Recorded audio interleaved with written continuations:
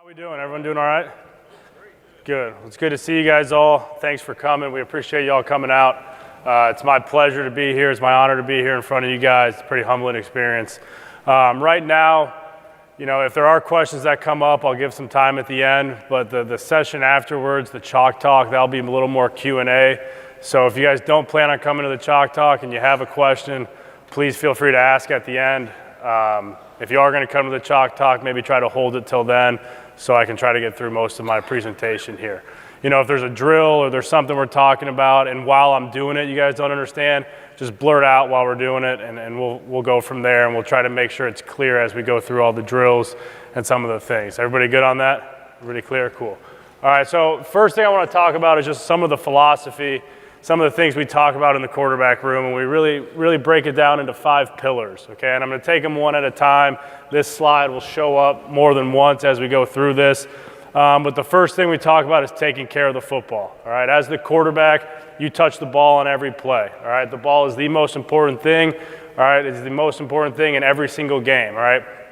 The quarterback is really the only position in sports. You can't win a game by yourself, but you sure as heck can lose a game by yourself, all right? You would make that big of an impact on the game, all right? So when we talk, the very first thing is taking care of the football. That's in the pocket, that's when you become a runner, and that's when you decide to throw the ball, okay? So it's really those 3 facets. So it's ball security in the pocket, it's ball security when you become a runner, and it's ball security when you decide to throw, all right? So we have a couple clips here, and this might look like a routine play, all right? Let me go back to the scoreboard. It's first and goal from the 4-yard line. The Irish are up 14-6. It's what, the second quarter here? Yeah, second quarter, 9:30 left in the game, all right? We just got a punt return that got us down to the 4-yard line. I think Fink broke one here. All right, we come out and we try to run power pass first play, all right? Wake Forest does a great job defending it, all right? They do a great job defending it. It's first and goal from the 4, which means we already have a field goal in our pocket, so we have 3 points, all right? We have 2 more downs to get a touchdown. We come out on this power pass, and it's not open, all right? So here our quarterback, 12, Ian Book, who I'll introduce here in a little bit, all right, he makes the right decision. He throws the ball away, all right? Live to play another down, all right? That won't ever show up in a highlight. That won't ever show up in a stats reel, all right? But this play is important because he's living the first pillar. It's taking care of the football. Live to fight another down. All right, the very next play, we run a pin and pull scheme off the right side, and Tony Jones makes a nice cut, and we score a touchdown. All right, now the score is 21-6 with 9:15 left in the second quarter. All right, so that little play on first and goal from the 4 may not seem that important. It may not seem that sexy. All right, but it led us to a touchdown. All right, it gave us a chance to live to play another down. All right, great job there. Just a little anecdote. Great job there. We'll talk about this in a little bit. But here, right here, 12, you can see him patting his lineman on the head. All right, here, all right, now here's a poor example. All right, here's a poor example. All right, it's 3rd and 12. Okay, there's 8.5 minutes left in the game.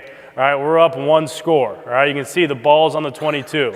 Okay, to take it a step further, we are 11-0. Okay, and we're on the brink of trying to go to the college football playoff. Okay, it's 17-10. There's 8.5 minutes. It's 3rd and 12. Okay, we had a very good field goal kicker last year. We're in his range. It'd be a 39-yarder.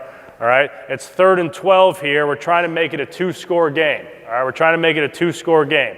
All right, we're running a simple post-wheel combination into the boundary with a check down to the back. All right, now our back, we checked our protection because of the front, so the back has to stay in.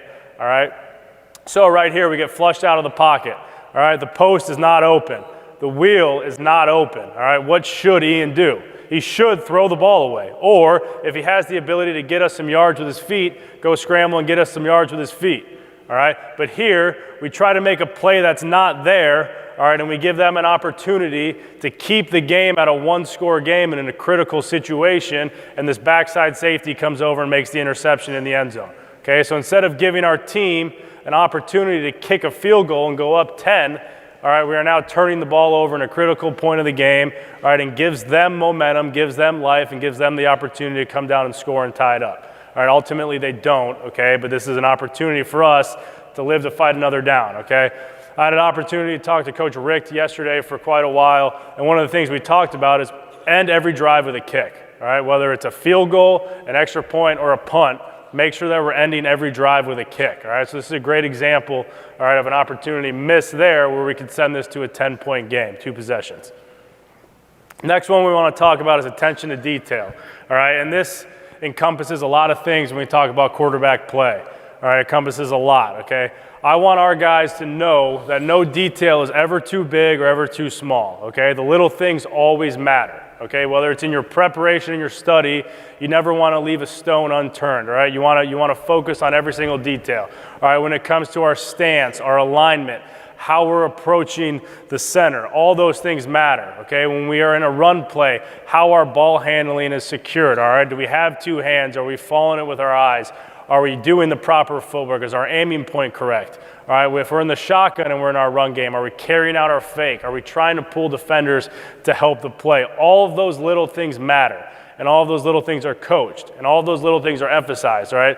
We emphasize every day in practice carrying out our fakes. We want to burst out of our fake, burst 5 yards past the line of scrimmage. 2 years ago, we weren't doing it in practice, all right? So I had one of our quarterbacks, hey, during practice, tally how many times we don't burst out of our fake. And at the end, we're going to run half gassers. All right, so for every time we weren't carrying out a fake, we were running half gassers. All it is want to. All it is pride. We talk a lot in the quarterback room about having pride. Have pride in everything you do. So when we talk about attention to detail, it's about having pride in the little things, all right? It's having pride in the little things. And this is so simple, all right? This is so simple. When we talk about handoffs and being under center, we always talk about keeping our off hand in, all right? So you can see right here, as soon as Brandon reverses out, you can see that off arm goes right to his chest plate, all right? Right to his chest plate. You don't want to leave it out, okay? You don't want to leave it out because you don't want the defense to know where the ball is. That hand goes right to his chest plate, all right? He should be reversing out to 6 o'clock. That's exactly what he's doing, all right? You can see on the handoff his eyes following the track, all right? If you go back a step, this is a 4-minute situation. There's a minute left in the game in the fourth quarter. All right, Brandon has great eye discipline here because if something were to happen on the exchange, he'd be the first one to see it and be able to get on that ball. All right, so first he reverses out to 6, which is exactly what we want. All right, his offhand comes into his chest, and he's very disciplined with his eyes through the handoff.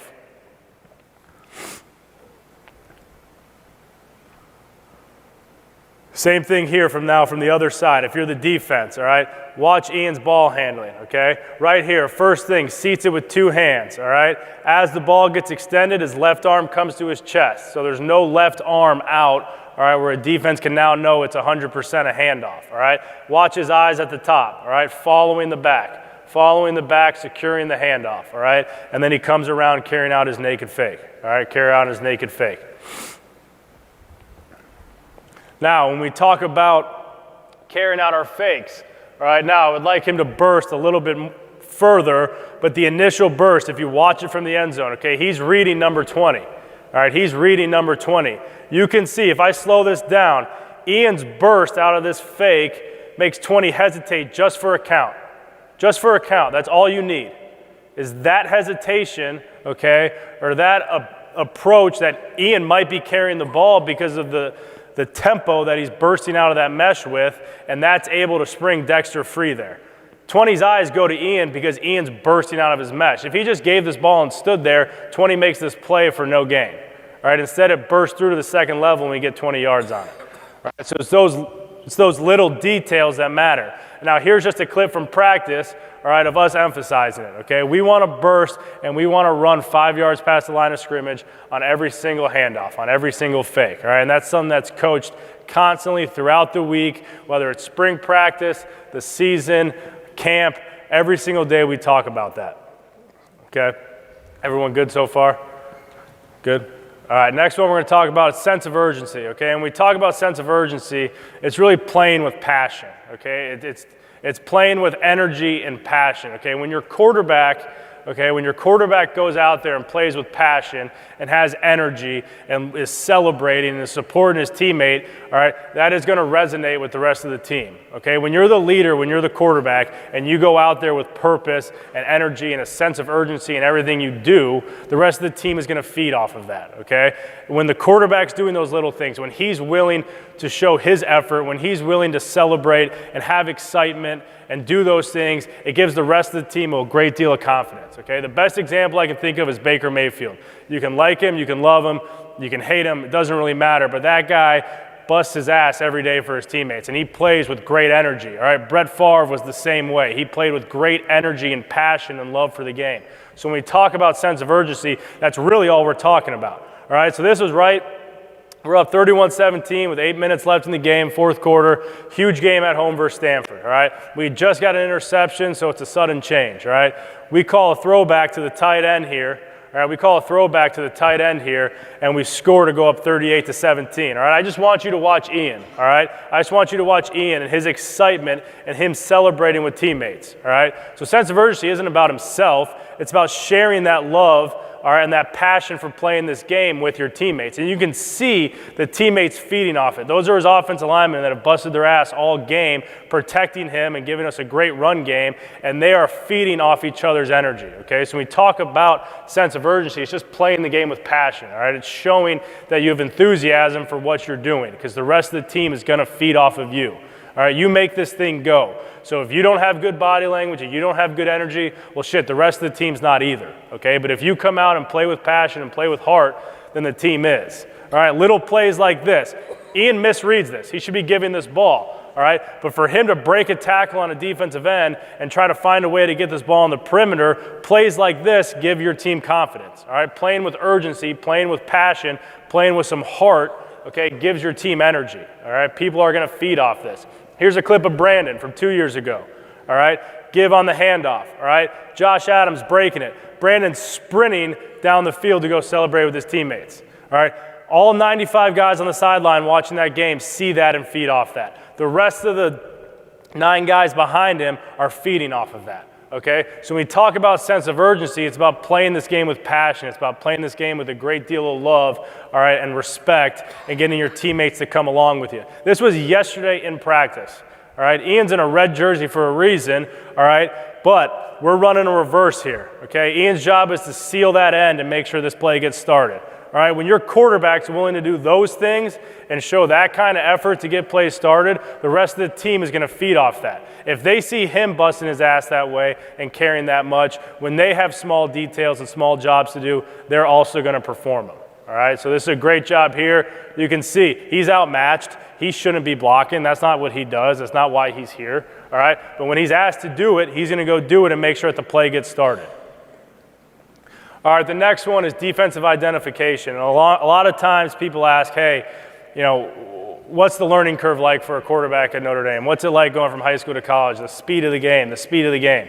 Well, to me, the speed of the game isn't really the big difference. All right, the difference is the speed at which the defense is moving and doing different things. You're going to be exposed to looks, coverages, pressures that you didn't get in high school. Okay, so as soon as you can start to learn defensive identification, understanding coverage, pressure, checks, those type of things, that's your quickest way on the field. And that's what slows the game down. It's not about the physical speed of, oh, this wide receiver is so much faster than my wide out in high school. No, it's about the defensive movement and the defense playing different coverages that you're not used to. All right, so as you get used and learn the identification and the coverages and the pressures, that's what gets you on the field. Young quarterbacks always ask, how do I get on the field? How do I get on the field? Study your playbook and learn the defense. Learn why the defense is running these coverages and how our plays are built in to attack them. All right, so just a couple looks here. All right, we're running a basic pin and pull play into the boundary. Ian knows if we get a rotation look, all right, if we get a rotation look that takes us off it, we're going to check the run away. All right, we're going to check the run away. All right, so we know that's built into that week for that game plan, okay? So safety comes down. Ian knows that triggers me to check away, all right? We check away, we get into the right play, and we have a big successful gain, all right? I told these guys a while ago there's going to come a point, all right, when you're going to be more fired up about checking into the right run play and it bursting than you throwing a touchdown. All right, there's something cool about recognizing what the defense is in, understanding what your check is, getting to that check, and then allowing the play to hit. All right, there's going to come a point where that becomes more exciting to you than throwing a touchdown. All right, so here's a great example. We got weak rotation, we check away from it, we get a big gain off the weak side. One more clip here from 2 years ago, the Michigan State clip. We have a play action shot called. We knew first and second down, we're calling play action shots. We're going to pair those with some of our run game. If we had pressure where we're going to lose our back because he has to now stay in protection, we were going to check to a run away. All right. So here, Brandon does a great job with pre-snap recognition, great job with communication to the offensive line, to the receivers, to the backs. All right, we check the play and we get a big gain. All right, and we get a big gain. Add 15 on it for a penalty for roughing the passer. All right, the last one is confidence. All right, and this is probably the most important quality you can have as a quarterback, or the most important trait that you can have as a quarterback. All right, you have to have the belief in yourself. All right, you have to have the belief that whatever play is called in whatever scenario, that you're going to go out there and execute it. All right, it might not be your first read, it might not be your second read, but you got to be able to check that ball down. All right, you have to have confidence, all right, in what you're doing, okay, and who you are, and being that person every single day to play quarterback. All right, you can't go out there timid, you can't go out there unsure. You have to go out there with the attitude that you are going to execute the play called. You are going to find a way to get the job done, regardless of the circumstance. All right, this quote on the very bottom is one we talk about a lot in the room.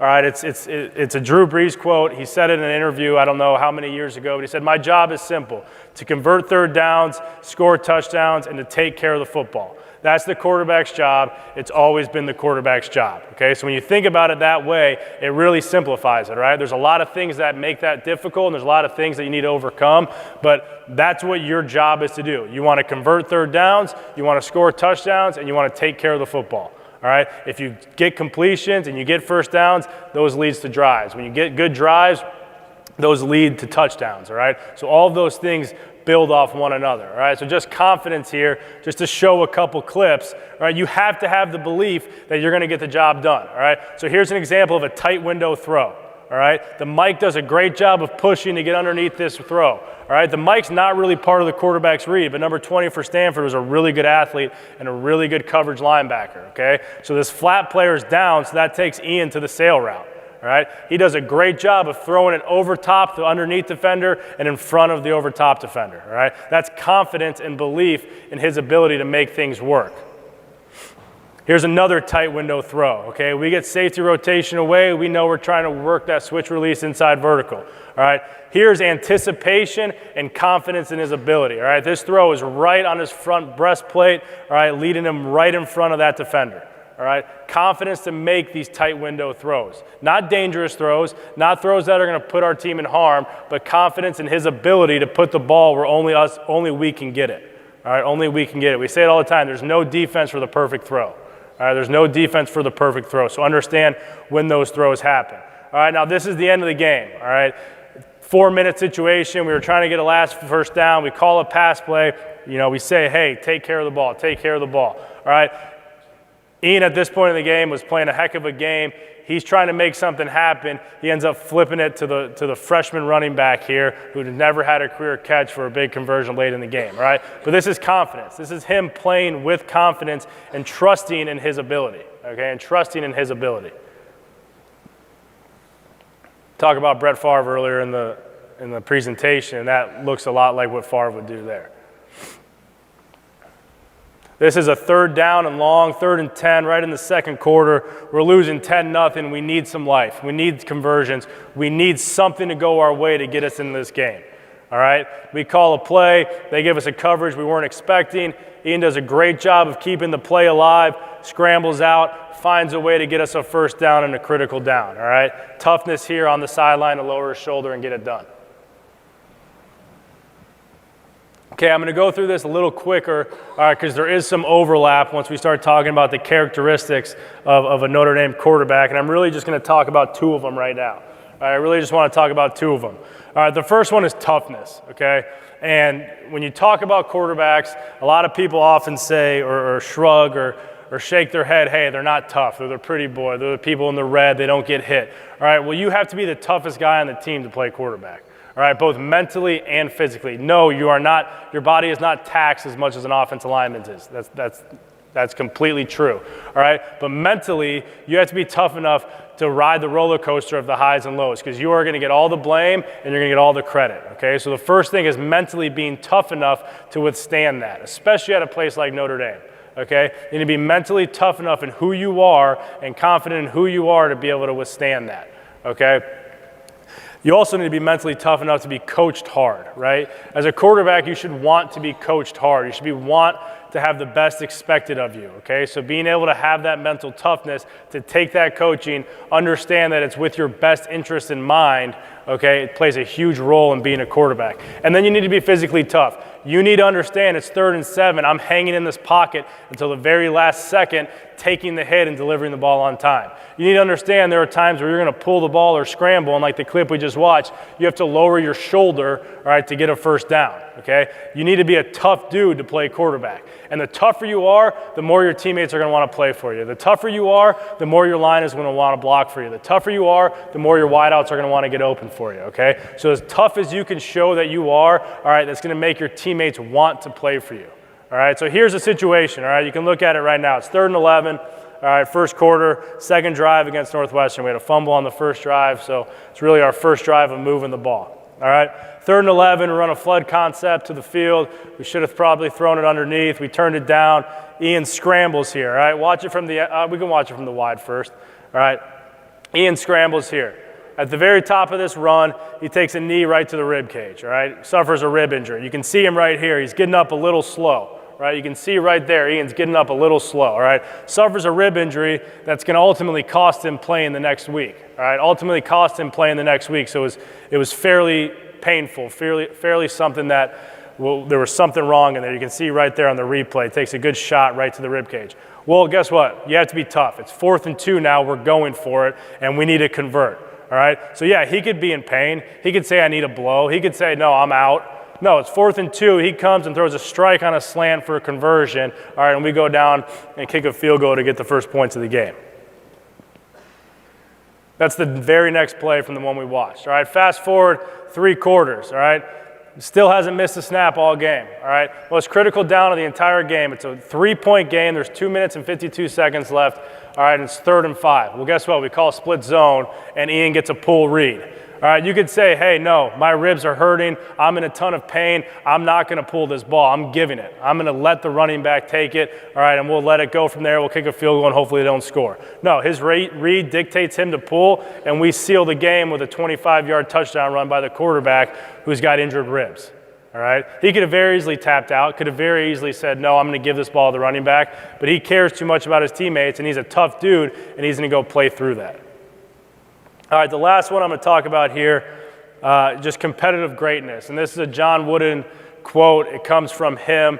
All right, it's being able to consistently perform at your best, all right, when your best is required. Okay, so it's being able to consistently perform at your best when your best is required. All right, and this is ultimately how quarterbacks are judged. Okay, when the game's on the line, when your team needs you, are you able to come through? All right, when it's the 4th quarter, okay, and you need a 2-minute drive to go down and win the game, can your team count on you, all right?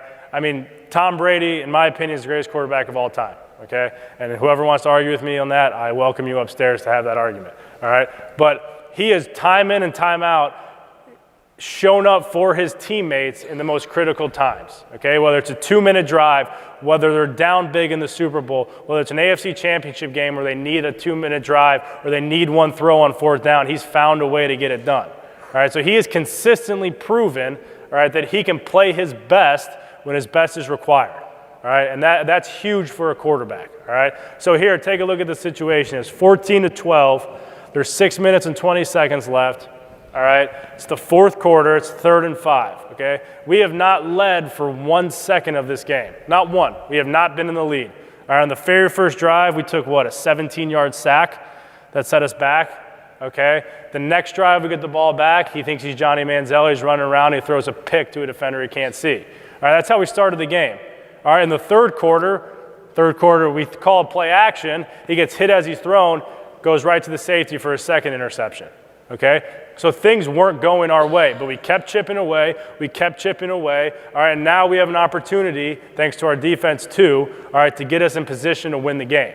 All right, so it's 3rd and 5, 6.5 minutes left in the game. We need a big first down here right at midfield. Need a first down, need it. All right, they bring a 6-man pressure. We knew all week when they bring 6-man pressure, they're going to play this 2 under 3 deep and bail outside. Okay, so he's disciplined with his read, all right, and delivers a ball on 3rd and 5 to the GOG or the out backside to Miles Boykin. 3rd and 5, huge play in the game. Stays in the pocket, guys bearing down the pocket, no flinch, delivers a strike right when it's needed. All right, 1st down. Next play, very next play, 1st and 10.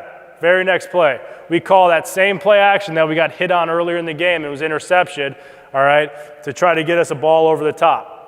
They give us the look they want. We get quarters. We know our first read's that post, all right.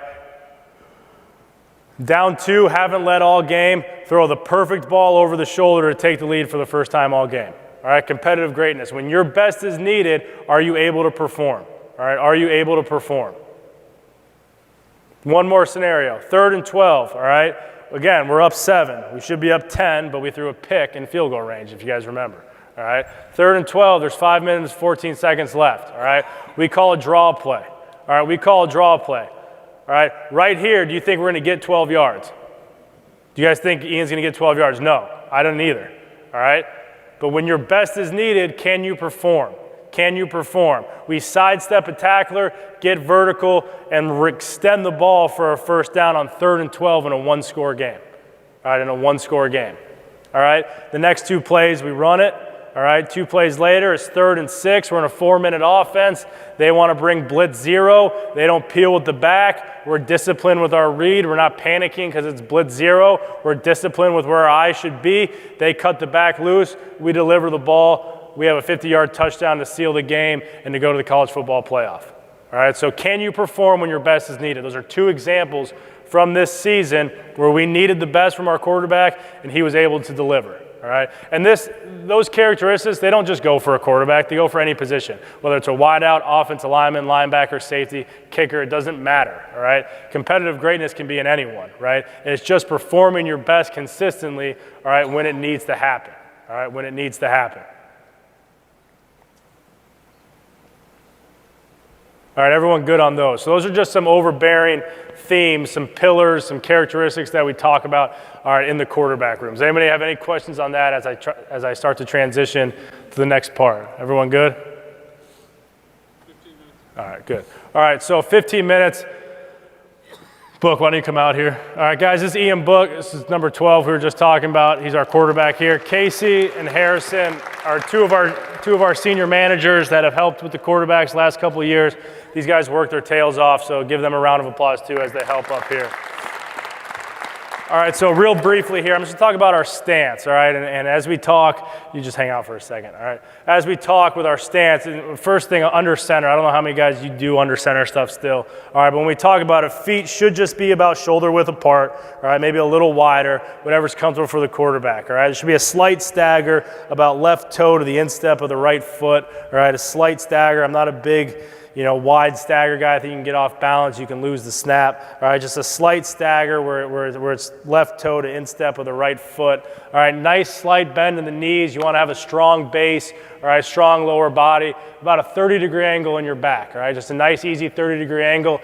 Chest and eyes always up. All right, your chest and eyes always need to be up so you can see what's going on. All right, but you should be able to sit in this stance for 20 minutes. All right, this should not be a stance where your legs are burning. All right, you should be strong, but you should be comfortable. All right, you want to be able to get underneath the center and be strong and comfortable. Okay, it varies by center too. At times, all right, you're going to be under a guy that's short. All right, you got to bend your knees, get under there, give top hand pressure, and lift him up. All right, so you can see Ian's stance here. It's squared up. All right, his left toe is on his instep of his right foot. Good knee bend, eyes up, chest at about 30-degree angles. All right. You can look at this side by side right here, all right? You can see the difference, all right? To me, Phil's feet are too close together, all right? We need to widen his base out, all right? We need to widen his base, all right? There's a lot of forward lean in Phil's. It's not as much sitting down. There's more forward lean on his toes, all right? So you can see the contrast in 2 stances, all right? The other thing is Phil's 6'5", Ian on a good day 6 feet, okay? So there's a difference there, all right? Everyone's different, but we want them to look as similar as they can, all right? And we talk about having short centers. All right, here's a look. I mean, that ass is as low to the ground as you can be, all right? So Ian's got to sink a little bit more. I wish right here just a little more top hand pressure to get yourself back into that comfortable position, all right? So a little more top hand pressure. One, it tells the center, hey, this is where I want the ball. Two, it's going to help get you into that more comfortable position, right? But you can see we have to be able to adapt, and this is the same exact stance as we had with the taller center. It's just we're a little bit more bent, just a little more bent. But our feet are the same, our chest is the same. All right, we're still in a strong, good base. All right, in the shotgun stance, not a lot changes. All right, obviously we're not under center, but our feet should be the same way, a slight stagger. I don't love a big stagger, a slight stagger, left toe to right instep of our foot, all right? Knees slightly bent, all right? We're at a depth anywhere from 4.5 to 5 yards usually, all right? Touching somewhere on the paint. All right, the biggest thing and one of the key things with our stance in the gun is you always want your hands up. Eyes up, hands up, okay? If you bring a guy in motion, your hands don't drop, all right? You don't want to be here and then raise them on the cadence, all right? You want your hands up the whole time so whatever you're doing, there's no indicator to the defense, all right? You want to give them no tell that the ball's coming. All right, really good defensive teams that we play, all right, they'll move on our hands. So if we're a team that we're lazy and we're here and on the snap we're putting our hands up, well, guess what? They're going to roll. They're going to show their pressure as soon as our hands come up. All right, but if we're here and we're doing everything with our hands up, all right, they can never tip it. They can't get a beat for when the snap's coming. All right, so that's really important as we talk about taking a snap from shotgun. All right, just keeping your hands up. All right, so you can see here, side by side, maybe a little more knee bend in 15, but he's a big, tall guy. All right, being able to react to the ball. All right, being able to react to a ball. All right, the other reason I like having not as big of a stagger is I think you're in a more athletic position when your feet are more squared. All right, you don't see shortstops playing this way, right? You see them here with a good squared base. All right, so they can react laterally. So if I have a bad snap, I can react to both sides. All right, I can react to both sides. Good, all right, so drill work. The first thing we're going to talk about, I'm going to need your case and book. You guys are up. All right, the first thing we're going to talk about, all right, is a base drill. All right, is a base drill. So the setup's easy. We have it right here in front of you. All right, you're really just going to line 4 agile bags, all right, together, all right, parallel to the line of scrimmage. All right, the quarterback's going to start right in the center of the bag. All right, right in the center of the bag. All right, so he'll straddle the bag to start. All right, and then I'm going to move him, all right? I'm going to move him, okay? So part of it is it works our feet, all right? Part of it works our feet, and we're trying to keep our base the whole time, all right? It then trickles to an upper body rotation drill, all right? So when we get ready to throw, all right, I want to make sure that I'm getting my target line set and getting my front shoulder to my target, all right? We're emphasizing a short step to no step with that front foot, and then it's really, really a good drill for getting our backside into our throws, okay? When we do this drill, the quarterback shouldn't be stepping over the bag, all right? We want to work it so when he throws, all of his power is coming from that back hip. All right, so with having the bag straddling your legs, it doesn't give you the ability to step over the top. So as we'll do it here in a second, as Ian throws, you want to see that back hip powering his throw. Okay, his back hip power in his throw. So it's really good if you feel like a quarterback's not getting his lower body, not getting his backside into his throws, it helps train that. So we'll give a couple demonstrations, then I got a couple clips of it as well, all right? You good, Hoss? All right, here we go. Left. Back. Back. Ball. Do one more. Okay, just back up a little bit. Good. Here.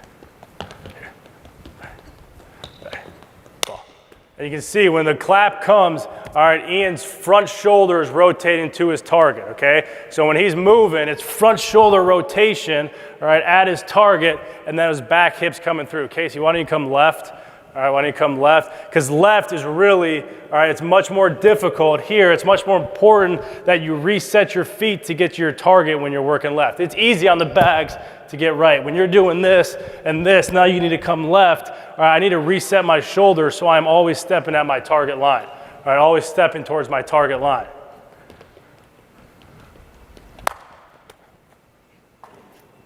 And you can see his back foot never crosses the bag, all right? All of his power, all right, is coming from his momentum and his torque in his upper body, and then his back hip finishing violently through that throw. You didn't want to catch hers? All right.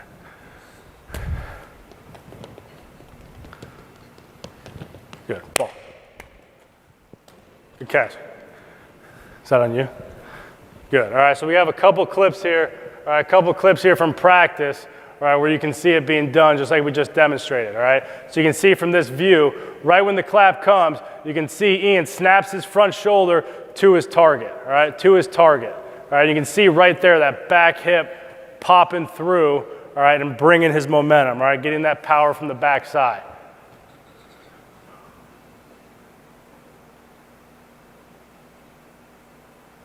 Right there, the rotation of his upper body, all right, transfers down into his legs, and you can see the back hip right there with the violent finish to snap through, all right, to snap through.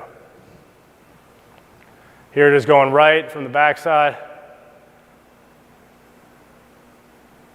Front shoulder to his target, backside pulling through, all right, backside emphasis, getting that power from his right hip, all right, finishing through. All right, any questions on that drill? Any questions there? Good, all right, the next one we're gonna talk about is a scan drill, all right? Hey, can we move those bags? All right, and this one's pretty simple, all right? If you have people to do it and to set it up, all right, and you have enough bodies to catch it, it's a really good drill, all right, to simulate pass concepts for a quarterback that's either struggling with a pass concept. If you're installing something for the first time, it's a good way to get those reps before they're in 7-on-7 or team. If you have a developmental quarterback that might be your second or third team guy that isn't getting as many reps, it's a good way to steal and cheat reps for him, all right? But essentially what you do is you're gonna set people up, all right, into the location of a concept, okay? So as, Pat, I need you. All right, so here, Book, we'll put you right here. All right, we're just gonna go curl flat, all right? So you'll be in my flat here, back up to just inside of that. Pat, you'll be right over the ball, all right? You'll be right over the ball. Widen out, back up, like to that. All right, so what we're gonna do now, all right, is when we snap it, all right, I'll give an indicator behind the quarterback. Casey will be 1, Harrison will be 2, Pat will be 3, or a voice command, all right? In the curl flat beater, if we get Tampa 2, we know right now the ball is going to our middle sit. All right, so Pat can be 3, all right, or he can be the Tampa 2 beater, all right, if I yell it, all right, if I yell it, all right. Now, if I told you it was too high, who would become number 1?